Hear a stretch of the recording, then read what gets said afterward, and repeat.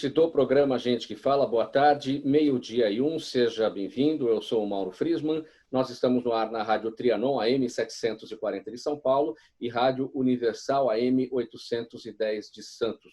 Boa tarde para você também, internauta, que nos acompanha pelas redes sociais, nas páginas do programa Gente que Fala no Instagram e também no Facebook. Eu te convido para curtir todos os nossos canais na internet, ouvir os nossos podcasts no Spotify e acessar o nosso blog, é o gentequefala.com.br. Participe fazendo perguntas aos nossos convidados, número do WhatsApp à disposição, 97335-0038. Mais uma vez, 97335-0038. Perguntas também pelas redes sociais, pelo Instagram e pelo Facebook. Hoje é quarta-feira, dia de falar de saúde e também de bem-estar aqui no programa Gente que Fala. Eu apresento os nossos convidados, o escritor Carlos Florencio, mentor de desenvolvimento humano, terapeuta, filósofo, palestrante.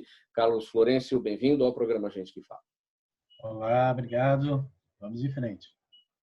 Também com a gente a psicóloga Tatiana Sabina, especialista em gestão estratégica de pessoas, coaching de performance profissional e qualidade de vida. Tatiana, bem-vinda ao Gente que Fala. Obrigada, bom dia a todos.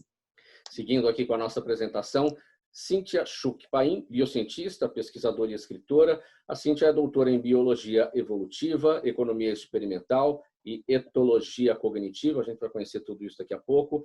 E ela é especialista em pandemias de doenças respiratórias. Cíntia, bem-vinda.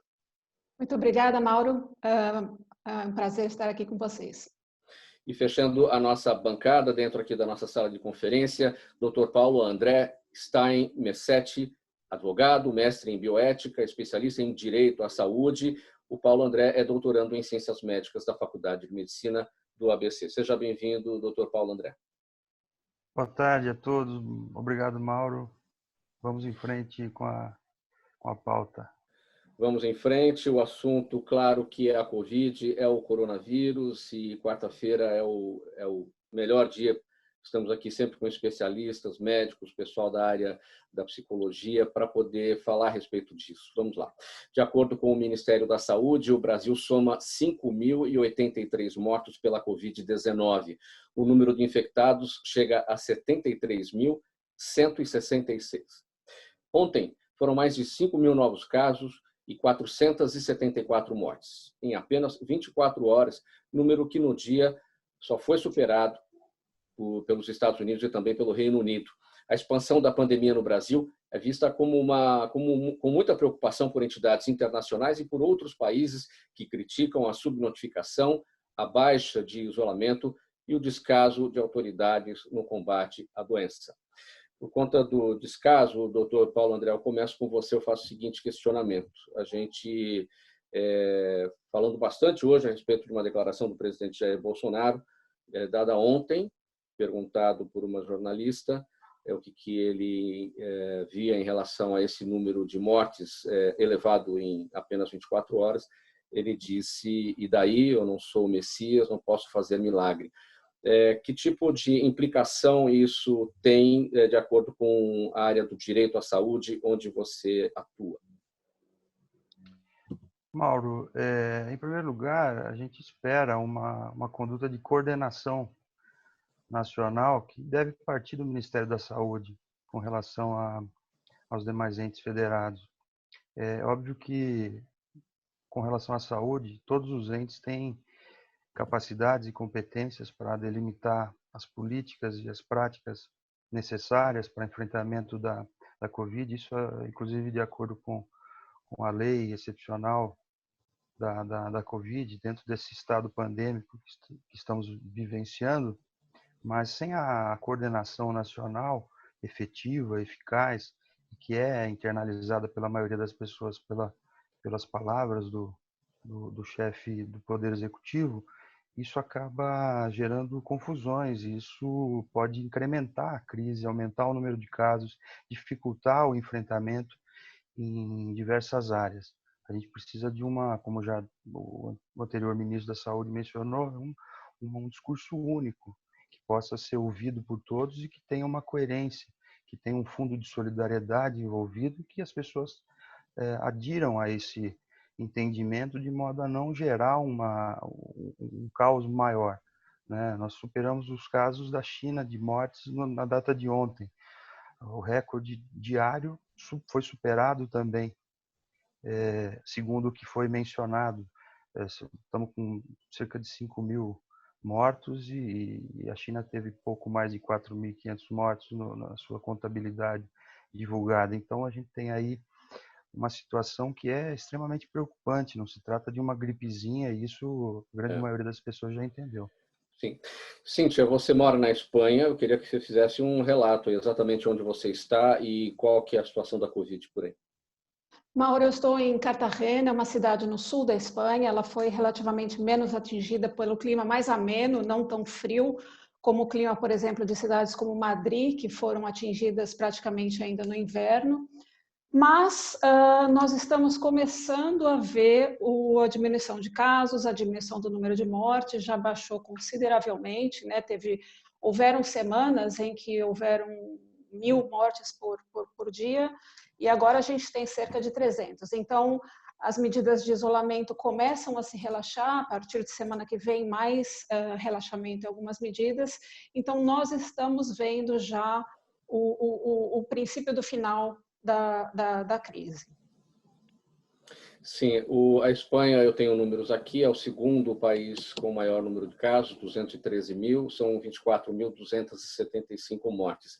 Cíntia, pegando aqui essa situação do Brasil como exemplo, como é que você enxerga aí o posicionamento das autoridades em relação à união em torno do problema? Aqui a gente vê a briga política nas diversas esferas de atuação dos governos, especialmente naquele desentendimento em relação ao que fazer, preservar vidas ou abrir a economia. Quem vai morrer? Pessoas ou a economia vai morrer, né? E aí como é que funciona? Aqui esse tipo de discussão ele também está presente, né? Não é uma discussão ou um problema político só no Brasil. Aqui também os diversos partidos eles estão no mesmo tipo de crise entre medidas mais ou menos restritivas de isolamento. Eu particularmente não vejo uma dicotomia tão grande entre saúde e economia, né? Nós temos, por exemplo, agora um pouco mais de 5.000 mortes no Brasil, né, até o momento, e são preocupantes, certamente, quando a gente analisar os dados epidemiológicos dessas mortes, comparada a outras mortalidades no Brasil, haverá um excesso, assim como houve na pandemia de gripe suína de 2009. Então, é uma situação preocupante, é uma situação que requer a atenção coordenada dos diversos órgãos, mas ela deve ser levada em contexto também, né? Nós temos, por exemplo, no mês de abril, todos os anos, cerca de 100, 110 mil mortes por mês no Brasil, né? Cerca de 12, 13 mil mortes por doenças respiratórias, 1.000 suicídios. Então, eu acredito até que a Tati, né, uma das convidadas, vai falar sobre essa questão do pânico das pessoas. É muito importante o respeito às medidas preconizadas, mas também levar em contexto o que está acontecendo, né? O número de mortes por outras causas que superem mais de 20 vezes o que a gente está vendo. Então, quando eu digo que eu não vejo essa dicotomia entre economia e saúde tão acentuada, é porque em saúde pública, em nossas análises epidemiológicas, a gente vê normalmente que para cada ponto que a gente cai no PIB, né, no GDP, a gente tem um aumento muito grande de mortalidade infantil, de mortalidade materna, de pessoas que, enfim, não conseguem tratamento adequado pela diminuição da capacidade de investimento público em saúde, pela baixa arrecadação. Então, ela é uma discussão muito interessante, necessária, né? Mas e está presente. Aqui também ela está bastante presente nesses termos que eu estava colocando. Carlos Florentino, pegando o gancho aqui da Cíntia, ela não vê grande dicotomia entre saúde e a economia. Por que os nossos governantes não estão conseguindo levar o assunto sem grande dicotomia? Nós temos aqui essa pandemia, ela basicamente criou e afetou uma tríade que eu considero importantes para a construção da nossa sociedade. Então, ela mexe aqui com a questão da saúde, né, da economia e da sobrevivência. Consequentemente, mostrou para nós todos que a raça humana, embora seja uma raça dominante, que está no topo da cadeia alimentar, ela possui grandes deficiências, né? Ela é vulnerável, então nós somos uma raça com bastante vulnerabilidade. Mostrou que nós não temos controle sobre as situações, então está faltando autocontrole, e também que estamos despreparados para enfrentar uma situação como essa. Não só agora, como em outros momentos da nossa história, todas as pandemias, elas mexeram com todos esses mesmos fatores. Tá? Então, é claro que o Estado vai se preocupar com a economia, porque ele vive disso, né? As pessoas vão se preocupar com a saúde, porque mexe com a questão da sobrevivência, e a economia também mexe com a questão alimentar, de conseguir pagar as contas e manter a sua vida, que é a sobrevivência. Então, mexe com os pilares básicos daquilo que representa a estrutura de um ser que atua numa sociedade. Então, ou seja, uma sociedade onde esses pilares foram abalados, ela se desmorona. E é isso que nós estamos vivendo. Claro que nós temos outras doenças que são muito maiores, os casos de mortes, né? Se nós formos colocar nas estatísticas, é muito mais do que essa pandemia. A questão não é quantas pessoas já morreram com essa pandemia até agora, mas o quanto isso pode abalar num processo um pouco mais contínuo que ela se mantenha. Uma coisa é você ter uma diabetes, que morre uma pessoa aqui e outra lá. Uma coisa é um vírus que ele pode passar para uma outra pessoa rapidamente e que ele vai colapsar o sistema mais do que o sistema consegue suportar. E é por isso que todo mundo entrou em pânico, porque mexeu com essa tríade, né, de saúde, economia, segurança, sobrevivência, e também como a vulnerabilidade, o quanto desprovido nós estamos de saber lidar com essa situação. Mexeu basicamente com a base da nossa estrutura social. É isso. Tati, qual é a implicação? As pessoas têm medo de pegar a doença, têm medo que seus familiares peguem a doença, que seus amigos peguem a doença. As pessoas também têm o medo de perder o emprego, ou de até ter o emprego, mas de não ter o que receber. Ou seja, o medo está presente. Qual é a implicação disso no dia a dia das pessoas em relação à saúde mental e em relação à saúde física? Porque quando o psique não está bom, nada vai bem também. Exatamente. Na psicologia a gente fala da psicossomática, né? O corpo reage àquilo que a gente sente. E medo é inato, né? Se a gente for parar para analisar, os homens primitivos sentiam medo quando iam caçar e aquilo ou motivava ou desmotivava. Então, assim, é muito particular tudo isso que tem acontecido, né? Eu falo com milhares de pessoas quase que o tempo inteiro, né? Pelo Instagram, e vejo gente evoluindo demais com a situação, inclusive empreendedores que se reinventaram, como eu já comentei com você, e tenho visto gente se agarrando assim, na barra da saia da epidemia e culpando algumas situações por conta disso, né? Então, como é muito particular, e a gente estava falando anteriormente, né, que dependendo da minha experiência, a minha personalidade, eu vou agir mentalmente de maneira positiva ou negativa. Mas o medo é aquilo que aprisiona, e todos nós temos. Quem é um paciente uma pessoa que está em grupo de risco, está temendo por isso, o familiar que tem que sair para trabalhar, porque tem empresas que não liberaram, né, vai ficar mais vulnerável, aquela pessoa da sua casa que precisa ir ao supermercado. Então, assim, gerou mesmo aquele cenário e aquela sinergia do medo, né, por conta aí das informações.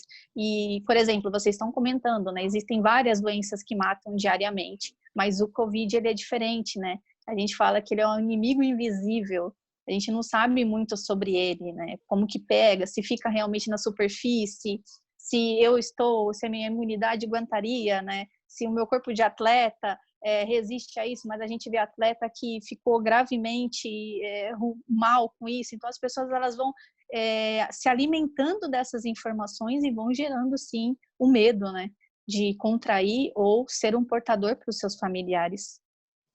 E no caso do ser humano, né, da nossa existência, não há dicotomia. Corpo e alma, saúde e mente são uma coisa só. Íntegros.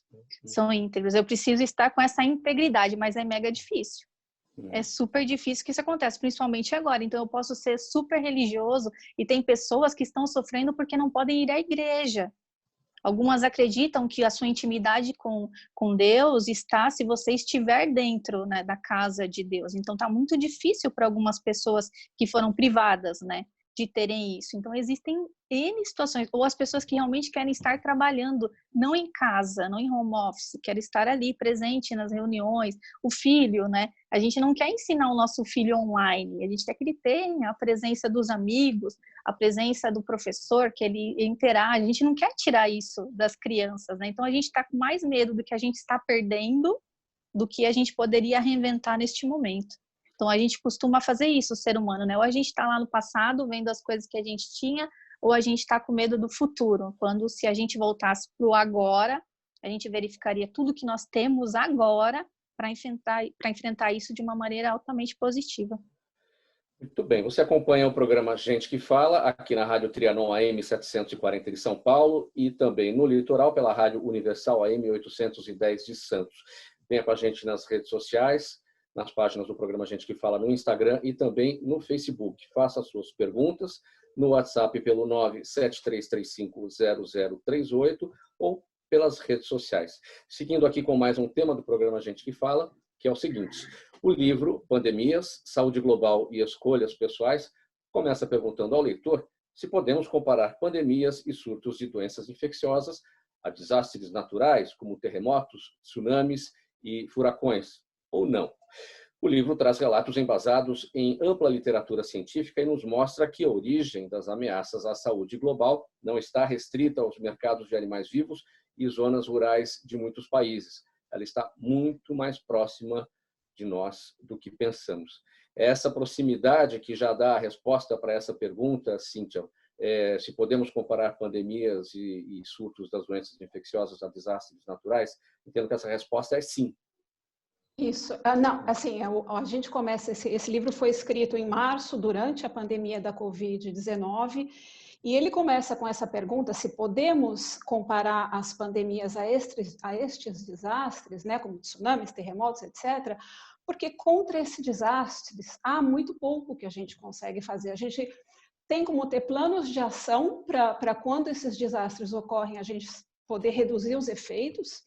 Mas, no caso de pandemias, epidemias de doenças infecciosas, como a gente já teve algumas ao longo do último século, na verdade existem formas de prevenir ou de reduzir a probabilidade que esses eventos venham a ocorrer. Então, tratar das causas estruturais que levam a pandemias, a epidemias e outros problemas, surtos infecciosos graves, é muito importante para que a gente reduza a probabilidade de que eles ocorram. Então, nesse livro, o que a gente faz é pegar o histórico, né, de último século, por exemplo, a gente teve recentemente a epidemia de SARS, né, que também é um coronavírus, ebola, gripe suína, os diversos surtos de gripe aviárias que representam ameaças até maiores do que os de coronavírus. Agora, nesse momento, a gente tem diversos surtos de gripe aviária no mundo. Então, a indagação é, será que a gente só espera para que eles ocorram e aí tenta mitigar, reduzir o problema, tratar do efeito, ou a gente pode prevenir? E o que o livro trata é sim, a gente entendendo de onde vem, a gente pode prevenir. E eles vêm, basicamente, de duas fontes, né?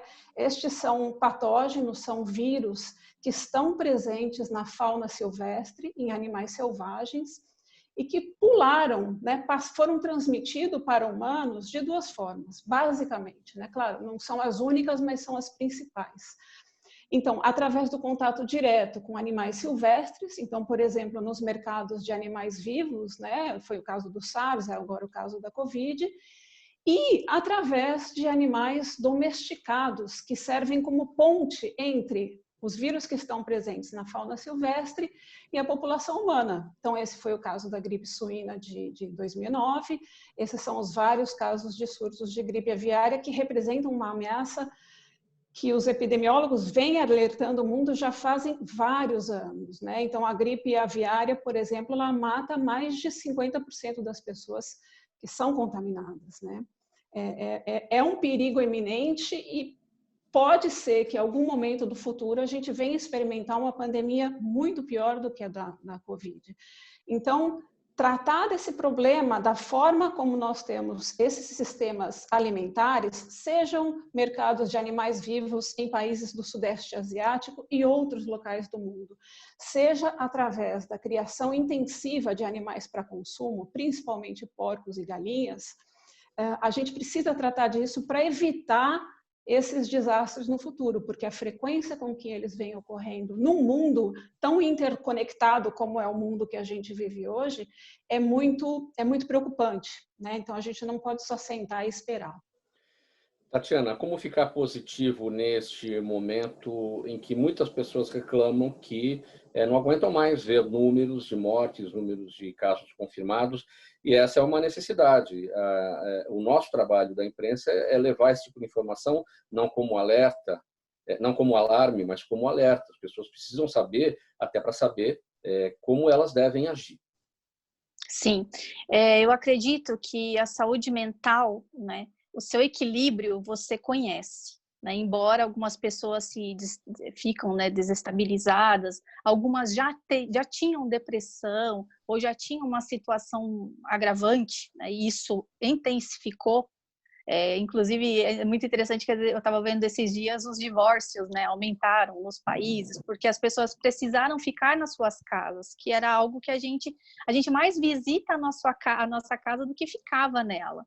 E aí, o que você tem que fazer? Né? Uma dica de especialistas, você começar a filtrar informações. Você precisa, sim, estar ciente de tudo que está acontecendo, né? Você precisa, principalmente na sua cidade, o que houve ali, quais são os dados, quais são as informações, e você escolher pelo menos uma informação diária. Você não fique se alimentando o tempo inteiro disso, porque existem vários programas de TV, existem várias emissoras, né, as que são criticadas ou não, então escolhe um programa, então escolhe um site, escolhe um jornal, e pelo menos uma vez ao dia consulta essas informações para você também não ficar alienado. Porque quando a gente não tem as informações, eu sei que a mídia, ela quer passar as informações para que a gente consiga entender qual é o meu papel. Hoje, meu papel é ficar em casa.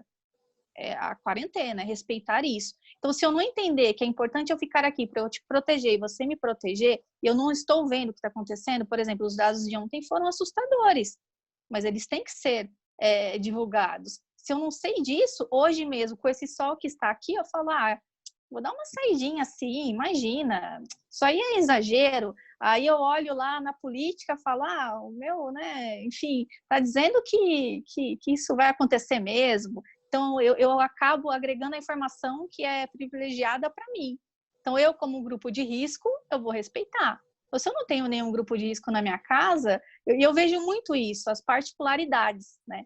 As pessoas estão solidárias, elas estão solidárias, mas muitas delas pensam apenas no seu próprio desejo, no seu próprio cenário.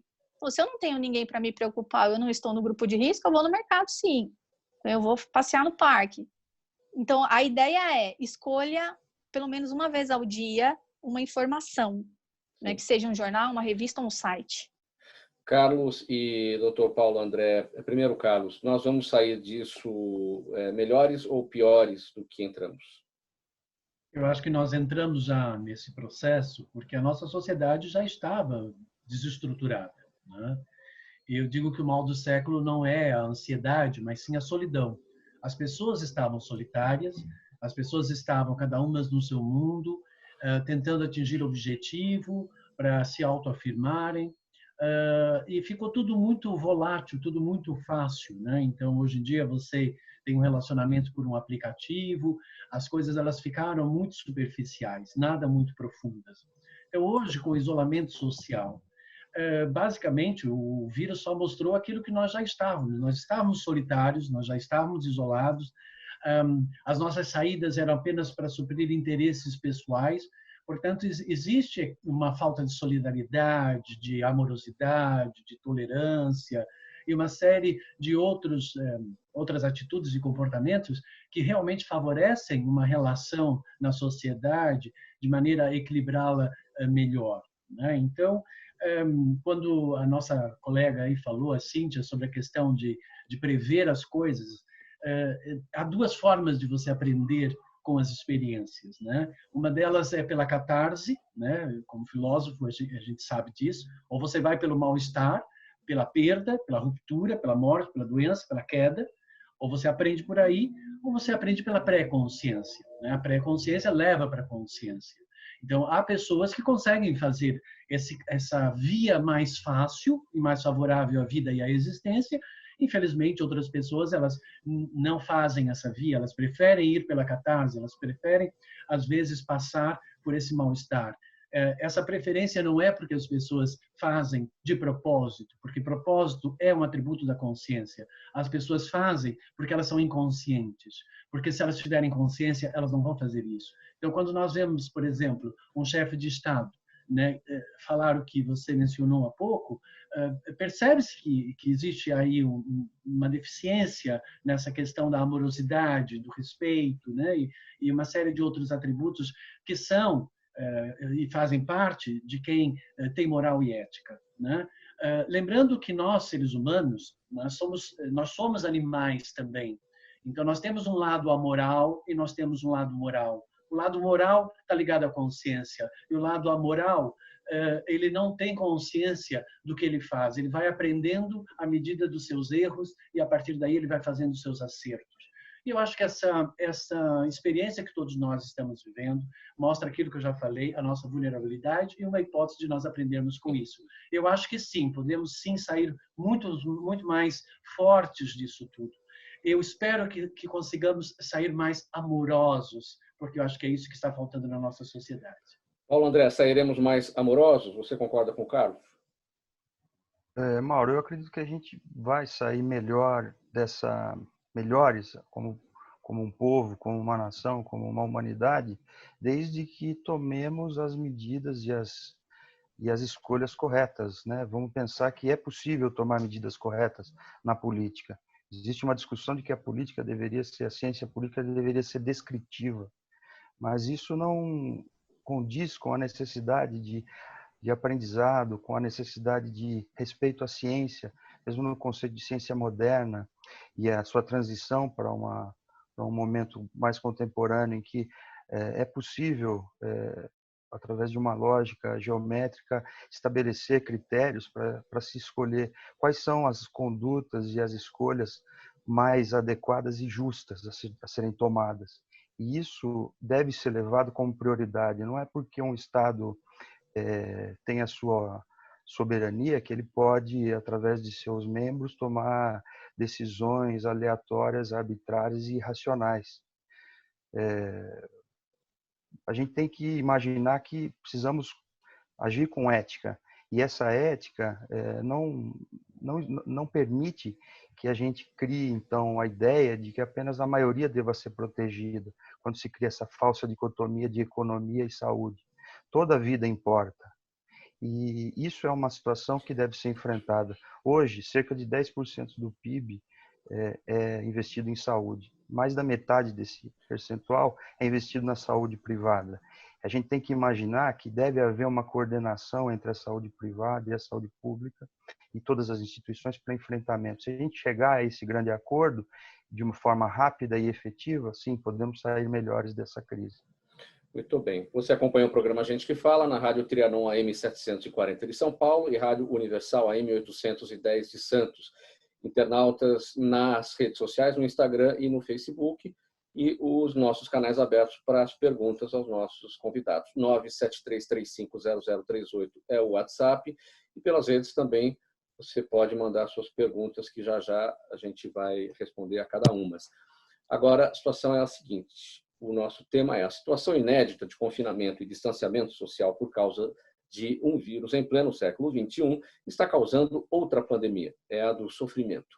Segundo psicólogos, essa trama atual inclui estresse, desconfortos, desequilíbrio emocional, quebras de rotinas e até medos. Isso tudo causará problemas psicológicos novos e agravará o estado emocional das pessoas que já tinham algum transtorno, além de gerar conflitos entre aqueles que não tinham o hábito de ficar tanto tempo em família. Primeiramente, Tatiana, Sabina, quais são as dicas para a gente levar em consideração no dia a dia o tempo todo estar com a família? Está e não está, né? Porque as pessoas estão trabalhando, às vezes cada uma num computador, fazendo uma atividade diferente, mas estão no mesmo ambiente. Sim, eu acredito que nós já estamos, né, há mais de um mês, assim, e muitas pessoas já se adaptaram à situação, porque nós nos adaptamos, né, em tudo que a gente vai fazer. Então, é inerente que a gente esteja numa situação e a gente vai criando mecanismos para se sair dela. Então, eu acho que, positivamente, as pessoas já se acostumaram com essa situação ou já se adaptaram, mas muitas que já tinham, né, alguma situação ali mais desafiadora, consequentemente isso potencializou, estando dentro, né, de uma casa. Eu vejo que algumas mulheres, né, estão passando por algumas dificuldades com seus companheiros, né, de causas mais graves. Então, o que era ruim se intensificou. Embora algumas pessoas acharam mega positivo ficarem com seus filhos em casa, cozinharem juntos, né? Estarem em família. E eu até digo assim que tem pessoas que estão na quarentena confinadas com pessoas que elas gostam. Então, pessoas se descobriram e outras, né, que já tinham alguma situação, potencializaram aquilo de uma maneira bem difícil. Eu até li alguma coisa sobre que o caos aí da pandemia se parece até com um ato de guerra. O que acontece? Eu posso parecer super acessível a todas essas mudanças, achar que me adaptei, mas quando tudo isso acabar, aí sim eu posso desencadear algum transtorno de estresse pós-traumático, porque isso é um trauma. Eu perdi o meu emprego, eu deixei de fazer as coisas que eu gostava, e aí hoje aquilo ainda não está absorvendo, né, na minha personalidade, mas daqui a um tempo, quando tudo isso acabar, eu posso sim ter aí algum resquício disso que tenha ficado dessa situação.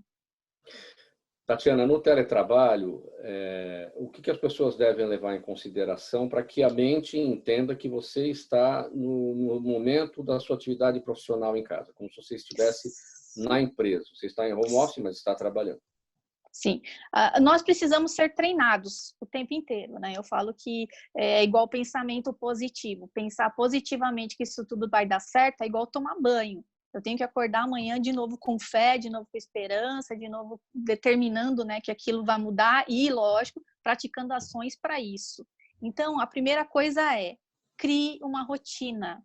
Eu vejo as pessoas falando, nossa, eu estou dormindo de madrugada, nossa, hoje eu vi um post, nossa, parece que todos os meus dias são domingo. Alguma coisa está errada na sua rotina. Então, estabelecer a hora de acordar, a hora do café da manhã, a hora do seu trabalho. Isso é positivo para quem está em home office, porque a gente trabalha mais em casa do que quando está na empresa, porque tem as paradas para o café, as paradas para a reunião, para o almoço e para a saída. Então, você tem que estipular das 8 às 5 da tarde com a parada do seu almoço. E óbvio, né, com algumas coisas que você precisa fazer na casa também. Então, estipular uma rotina. Gente, bem rapidinho, eu quero pegar o seguinte gancho do que a Tatiana falou, para que todos os dias não se pareçam com um domingo. Cíntia, o que você está fazendo para que os dias não se pareçam com um domingo? Mesma pergunta para todo mundo. Olha, eu, na verdade, estou trabalhando 3 vezes mais, né, pelo histórico enfim, de pesquisa com epidemiologia de doenças, os pedidos de análise de dados da mortalidade, esse livro que a gente escreveu sobre as causas das pandemias. Então, na verdade, todos os dias estão parecendo segunda-feira. Carlos, e aí, como é que você está enfrentando para que os dias não se pareçam com o domingo, todos eles? Bem, eu adoro trabalhar, né? Então, para mim, todo dia é um dia de trabalho. Para mim, não tem sábado, não tem domingo, todo dia é um dia de trabalho. Eu encaro como um dia para eu produzir coisas. Eu sou uma pessoa muito criativa, eu às vezes acordo de madrugada com ideias, eu escrevo essas ideias, de manhã eu acordo com ideias e já estou anotando essas ideias para desenvolver ao longo do dia.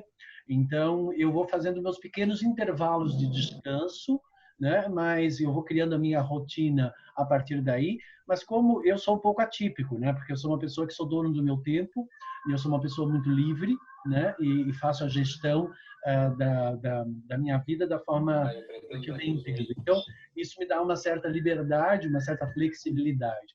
mas eu sou uma pessoa super responsável, eu dou conta de tudo aquilo que eu faço, mas procuro fazer sempre de uma forma mais tranquila, né? Então, sei lá, eu faço a minha ginástica na minha casa, eu faço a fisioterapia, porque eu faço a fisioterapia na minha mãe, né, para ela se exercitar, ajuda a minha irmã, porque está morando comigo agora, vamos fazer uma comidinha juntos, né, depois fazer a minha cestazinha, eu não sou espanhol, mas eu adoro dar a minha relaxada depois do almoço, e depois eu vou trabalhando, e quando eu começo a trabalhar, eu não tenho hora para parar. Então, é tudo uma questão de como você vai fazer essa gestão do seu tempo, de maneira a conseguir produzir, porque nós precisamos estar ocupados, porque a mente não ocupada, ela começa a pensar muita besteira, não é bom. Então, é isso. É você ter realmente... Eu acho que esse momento é um momento ótimo para você organizar a sua vida, estruturar o seu computador, as suas fotografias que estão lá guardadas não sei quanto tempo. Acho que tem tanta coisa para a gente organizar. Eu vou passar pela pandemia e eu não vou conseguir organizar a série de coisas que eu tenho acumuladas aqui na minha casa e que foram se acumulando porque a gente acaba atropelando uma coisa com a outra e isso é fato, né? Então, o importante é manter a mente ocupada e aproveitar o máximo que você... Paulo André, bem rapidinho para a gente ir para o próximo tema. Eu tenho seguido mais ou menos o que a Tati falou. Eu tenho mantido uma rotina bastante fixa, com horário de início das atividades de manhã, café da manhã, almoço, jantar. Tive a necessidade, como todos devem estar experimentando, de realizar tarefas domésticas, então isso está incluído dentro do nosso contexto diário, e mais as atividades do doutorado, as atividades de trabalho, isso está delimitado ao longo do dia. Então, imagino que está tudo seguindo bem, mas com muito mais trabalho em casa do que se eu estivesse dentro de uma situação normal de atendimentos e aulas fora do domicílio. Pessoal, seguindo com o próximo tema do programa Gente que Fala, os animais de estimação têm sido importantes aliados das pessoas durante o isolamento social em meio à quarentena. Além de ajudarem a diminuir a solidão, os pets proporcionam benefícios para a saúde mental e até física, já que o convívio ajuda o corpo na produção de serotonina, que é o hormônio da felicidade. Mas é preciso ter atenção extra com eles neste período, tanto pela possibilidade de contaminação nas ruas, quanto pelo estresse que eles também têm, que eles também sofrem com o confinamento. Carlos, os animais, os pets, gatos, cachorros, sofrem com a nossa presença aqui em massa dentro de casa, todo mundo, o tempo todo, todo dia, toda hora? Eles entenderam a mudança de rotina? Não, os animais eles gostam de companhia, né? Eles precisam de companhia, como o ser humano também precisa de companhia, né? Nós somos animais sociais, né? Então esse confinamento para nós já não é muito bom porque nós precisamos do convívio com as pessoas e precisamos trocar, né? Porque quem não troca não evolui, não aprende, né? E não ensina também. Os animais eles trazem um alento, né? É uma companhia, principalmente para as pessoas que infelizmente estão no confinamento sozinhas, porque não estão em nenhum tipo de relacionamento. Então eles podem trazer sim esse alento, essa alegria, né? Essa parceria, né? Tudo bem que não fala, mas está ali, comunica da forma que pode, e eu acho que ajuda bastante sim as pessoas nesse confinamento. Tem que só observar uma questão: se você não está pegando o animal para fazer uma espécie de compensação dos seus vazios emocionais, da sua carência, da sua solidão, né? Que eu acho que isso não é legal. Uma das minhas especialidades são mecanismos de autossabotagem, né, que são provenientes de traumas, de situações mal resolvidas, e como foi dito aqui, né, muitas pessoas estão com isso muito mais agravado nesse momento atual. Os conflitos expandiram muito mais, porque tudo que estava lá subtendido, escondido, né, e que não transparecia, e que eu relevava, ou eu saía de casa para não ter que esbarrar com aquela determinada situação, tudo isso veio à tona. Então, está demonstrando justamente a falta de controle, a falta de conhecimento, o quanto as pessoas estão mal resolvidas dentro delas mesmas, o quanto elas têm situações mal resolvidas que elas trazem, né, do seu processo de vida, e o quanto elas não sabem se relacionar e amar e tudo mais. Então, o bichinho é bom sim, mas você precisa, como tudo que você ama, zelar, ter responsabilidade, ter cuidado, né? Tem que dar carinho, tem que dar atenção, tem que levar para passear, tem que, quando voltar, limpar as patinhas, higienizar, fazer tudo isso que é necessário, como você já deveria fazer mesmo antes da pandemia, né? Porque isso faz parte do processo. E ele, sim, é um alento para todos nós e é um ser puro, né? Bem objetivamente, Carlos, eu vou pegar um exemplo prático aqui do meu pet. Às vezes eu olho para ele e fico pensando, o que ele está achando do que está acontecendo. Está todo mundo em casa, antes saía todo mundo e ele ficava sozinho. Agora está todo mundo, claro que ele adora a companhia, mas em alguns momentos ele vem para cima de todo mundo e quer brincar também. Ou seja, vocês vão ficar aí parados na frente do computador, eu vou ficar aqui sozinho. Ou seja, de que adiantou a companhia se ele está lá? O que será que eles pensam? Se é que é possível responder. Não, assim, é difícil pensar por um animal, porque é impossível para nós pensarmos, porque eles seguem muito o instinto, né? Como eu falei, os animais eles são amorais, nós é que temos moral, portanto, nós é que temos mais consciência sobre nossos atos, eles se movimentam muito mais pela própria natureza deles. Mas eles precisam de atenção, a gente vê os pets batendo assim com a patinha, chamando a atenção, né? Eu acho isso o máximo, né? E eles vêm e se enrolam na gente para a gente dar atenção, vêm dormir na cama junto com a gente, é fantástico. É uma energia boa. Eu acho que os animais eles têm essa energia pura, nessa amorosidade, eles não são agressivos por natureza, né? Dependendo do tipo de animal, mas é sempre pela sobrevivência ou pela necessidade, alguma necessidade que é instintiva. Nunca é como um ser humano que é para tirar proveito da situação ou porque tem alguma coisa mal resolvida lá no seu interior. Não, ele está ali, ele quer atenção, ele quer carinho, e ele retribui isso com essa amorosidade, com essa memória fantástica que o animal tem de não guardar rancor, porque depois de meia hora ele já esqueceu, porque a memória dele é muito volátil, isso é ótimo. É muito melhor do que aquela pessoa que fica remoendo a vida toda uma situação que nunca perdoou e que depois vai ter uma doença psicossomática lá para frente. Então, eu acho que podemos aprender algumas coisas, sim, com os animais, a saber relevar mais e sermos mais amorosos. Muito bem. Paulo André, a Agência Nacional de Saúde Suplementar informou que está garantida a cobertura pelos planos de saúde de tratamento aos pacientes com coronavírus. Segundo a ANS, o tratamento independe do resultado laboratorial e deve ser indicado a partir do diagnóstico clínico feito pela equipe médica. Só que pairam muitas dúvidas no ar aí. Quais são os direitos, Paulo André, dos pacientes, dos clientes dos planos de saúde neste momento de pandemia de coronavírus? Então, Mauro, a situação da pandemia ela tornou o atendimento dos planos de saúde também uma situação diferente, né? Hoje a gente tem suspensão, por exemplo, pela ANS, dos tratamentos de internação eletiva, por exemplo, aqueles tratamentos que podem ser agendados e que não têm urgência ou emergência médica. E isso acaba alterando o atendimento das pessoas que precisam fazer uma consulta, precisam de algum procedimento que seja realizado, mas não tem essa natureza de urgência. Os prazos para atendimento também foram duplicados. Apenas os atendimentos de urgência e emergência estão mantidos como imediatos, né? Então, já tem decisões judiciais entendendo que qualquer situação de Covid já é para ser entendida como urgente, até pelo fato de que ela pode ter uma evolução muito rápida para o paciente e até o risco que esse paciente oferece para os demais. Então, o atendimento não pode deixar de ser feito. Com relação aos testes de Covid, a gente tem visto que a realidade é de falta de testes, né? Então, o Brasil comprou uma série de testes rápidos do exterior, muitos ainda não chegaram, são milhões de testes.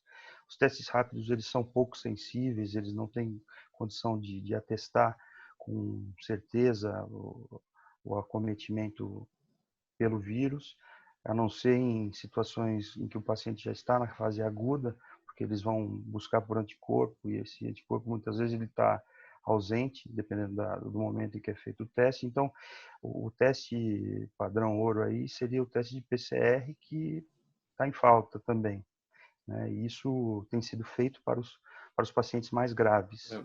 Inclusive, Paulo André, já que você falou na questão dos testes, ontem a Anvisa aprovou a realização dos testes rápidos em farmácias e drogarias, que são esses testes sorológicos, né, para furar o dedo e colher ali o sangue.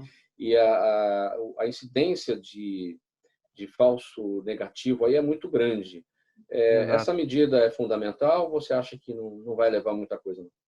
Olha, eu acredito que seja importante, né? Nós temos poucas variáveis para mexer nessa situação da pandemia, para tentar evitar o contágio e achatar a curva, como já foi bastante mencionado por muitos especialistas, né?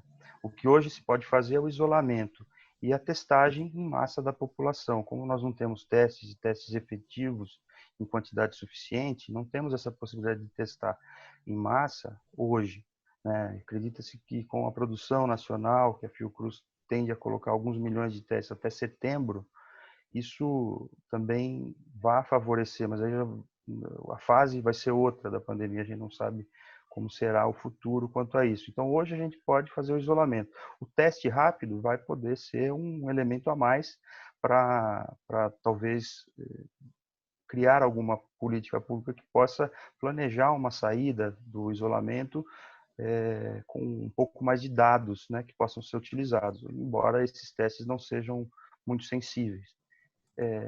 A situação é realmente muito complicada. Pessoal, perguntas do público, do gente que fala. Olha, Cíntia, o Jorge Luiz de São Bernardo pergunta se é possível evitar que o avanço do coronavírus nas grandes favelas cause uma tragédia de imensas proporções. É o Jorge Luiz de São Bernardo do Campo. A grande preocupação é realmente em relação às comunidades, porque isolamento social nesses locais é bem difícil. Cíntia. Mauro, é o Jorge, né, que perguntou? Sim. Então, a questão de se evitar pandemias ao qual eu me referia antes não é em relação à Covid-19. Em relação à Covid-19, realmente o que a gente tem que fazer, entrando um pouco no que o Paulo André falou, seriam testes, né? Mas não em massa, testes para saber, testes representativos da população, assim como a gente faz pesquisas de opinião, para saber a porcentagem da população imunizada e o quanto a gente deve favorecer uma ou outra medida, e isso poderia ser feito em comunidades para que haja uma estratégia de isolamento mais apropriada à taxa de soropositividade para a Covid, né? Então, isso poderia ser feito nas diversas comunidades, mas a questão da prevenção, ela não é tanto em relação ao Covid, que já está aí, o vírus já está presente e ele vai cumprir o seu ciclo, né? Ele só vai deixar de estar presente quando a gente tiver uma proporção significativamente grande da população que já está imunizada, porque senão ele vai continuar tendo pessoas suscetíveis. A prevenção é em relação ao futuro. Então, o que a gente pode fazer para que esses eventos tenham menos chance de ocorrer no futuro? Nós, assim como a gente usa máscara, exerce a cidadania ou fica em casa para nos protegermos e proteger as comunidades, a gente também pode exercer essa cidadania, por exemplo, no supermercado, com as nossas decisões de compra e de alimentação. A proteína de origem animal, ela apresenta um risco de biossegurança muito maior. Né? Então, quando a gente escolhe o consumo de uma proteína de origem animal, claro que isso com muitas escolhas de muitas pessoas, a gente tem uma demanda maior por um sistema de produção que é o sistema de produção intensivo que acaba gerando esse risco. Né? Então, a questão da prevenção é para o futuro. Carlos Florencio, lá em Budas Artes, a Luciana pergunta se existe algum segredo para melhorar o sono em meio a tantos problemas diários. Sim, sim. Dormir tranquilo é importantíssimo. Né? Eu sei que quando muitas vezes a gente deita na cama e aí vai vindo todos aqueles pensamentos das coisas mal resolvidas, das preocupações, né, com as coisas que precisa se resolver e também com aquilo que vai poder, porventura, vir a acontecer. Né? Então, um bom exercício é você perguntar para você mesmo o que é que você está fazendo naquele momento. Onde é que eu estou? Eu estou na minha cama. O que é para fazer agora aqui? É para dormir. Eu vou conseguir resolver essas coisas todas? Não, não vou conseguir. Pegue uma caneta, pegue um bloco, escreva todas as suas ideias. Descarregue tudo ali. Aí a sua mente já sabe que vai estar ali escrito. Porque senão a sua mente vai ficar relembrando você constantemente, porque ela vai, principalmente uma mente que está acostumada a cobrar, que tem aquela divisão onde tem um cobrador que está sempre julgando e apontando as falhas e não só. Então, se você tem esse tipo de divisão mental, convém você escrever tudo, perguntar onde eu estou, agora é para dormir, fecha os olhos, faz um exercício respiratório, começa relaxando desde os pés até a cabeça, relaxando tudo e durma. Amanhã você resolve o próximo episódio da nossa história. Larissa da Barra Funda pergunta para você, Tatiana, as empresas poderiam oferecer algum tipo de orientação emocional aos trabalhadores que estão trabalhando a partir de casa? Como é que isso poderia ser feito, esse trabalho de atendimento? Tatiana? Você está fechada, o microfone está fechado. Oi. Vamos lá. Desculpa. Eu sou a favor de toda a área de recursos humanos ter lá o seu cantinho, né, destinado ao profissional psicólogo. Eu acho que é algo que não se tem nas organizações, eu já trabalhei em inúmeras, né, que é esse amparo.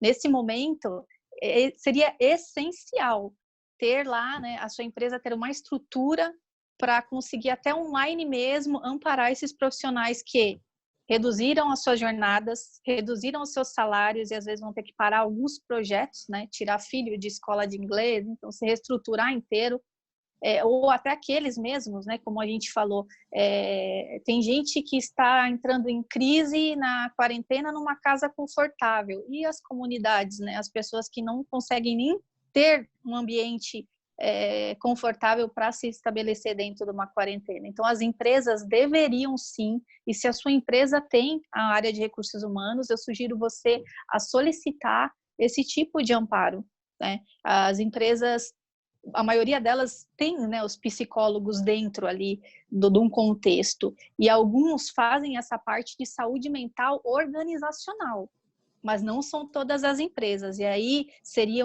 algo para se pensar, né, nesse momento, para se estruturar no futuro, porque até no momento de demissão, não tem que ser o seu líder que faz essa demissão. Imagine você ser desligado da sua empresa nesse momento de crise. O que não vai acarretar para você? Não tem que ser o seu chefe, ele não tem que trazer os números do coronavírus, teria que ser um profissional, sim, da área da saúde, com todos os cuidados ali, te preparar para o seu possível desligamento e te assessorar também a possíveis vagas no futuro. Então, assim, não são todas as empresas que têm isso, mas a maioria deveria dar esse amparo, sim, de saúde mental para os seus colaboradores. Doutor Paulo André, a Vera Cruz está no Facebook, ela não diz onde ela está, mas a pergunta veio pelo Facebook. Ela perguntou: o governo proibiu recentemente o reajuste dos planos de saúde por causa da pandemia. Aí a pergunta dela: mas será que esse aumento não será inevitável em breve, devido ao aumento da procura e dos custos das operadoras?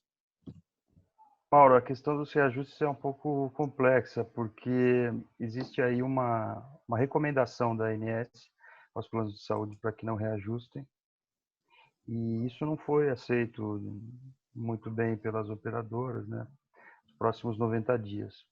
E não existe uma determinação efetiva ainda nesse sentido. Temos alguns projetos de lei, de iniciativa de vários deputados, na Câmara Federal sendo discutidos, que incluem, inclusive, esse impedimento do reajuste durante o estado da pandemia e também o cancelamento de contratos de inadimplentes, além de suspensão de algumas cláusulas que possam restringir o atendimento. Mas isso ainda não está definido. Tá? É óbvio que no momento atual, os custos de saúde, custos médicos que vão ser levados em conta para o reajuste de 2020 são os do ano anterior. Então a gente não teria um repasse de reajustes fora do contexto histórico no ano de 2020. Mas para 2021 em diante, certamente esse aumento do custo dos insumos e dos materiais e dos serviços de saúde vão refletir em reajustes futuros a partir de 2021. Isso parece ser inevitável. Por outro lado, as pessoas podem, na medida do desequilíbrio contratual, buscar uma repactuação desses contratos, mas isso provavelmente vai ser resolvido, na maioria dos casos, através de ações na justiça. Paulo André, você está com a palavra. Sua despedida, sua mensagem final, o que fica da nossa conversa? Olha, agradeço a participação, eu fiquei muito feliz com o convite. Com relação à atuação da saúde, imagino que a gente precise realmente de uma coordenação nacional. É necessário que as entidades sejam valorizadas, as entidades de saúde. Hoje se discute muito a questão do Sistema Único de Saúde, a sua valorização, isso há muito tempo já vem sendo discutido. É realmente um sistema de grande qualidade, é um dos maiores sistemas de saúde do mundo, gratuitos e universais. O maior programa de vacinação gratuita do mundo é o brasileiro, atinge uma população imensa.